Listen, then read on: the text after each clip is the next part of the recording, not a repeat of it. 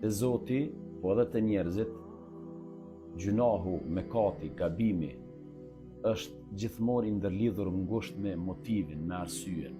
Pse ke bërë gjunahu? Iblisi bëri mëkat, po edhe Ademi bëri mëkat. Te dyve u erdhi pyetja. Iblisit, pse nuk i ran sejdë Ademit?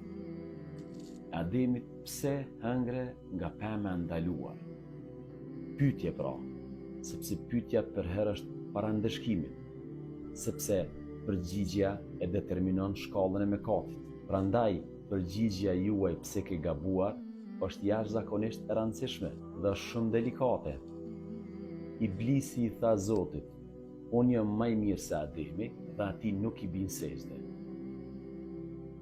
U nxorr prej xhenetit, u mallkua dhe u përbos deri në ditë kiametit.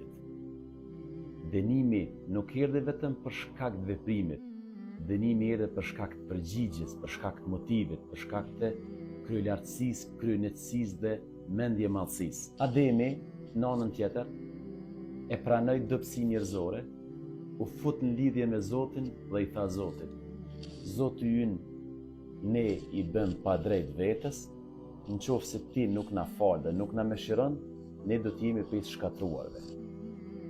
I pari u mallku nga Zoti, i dyti u bë me këmbës i Zotit në tokë.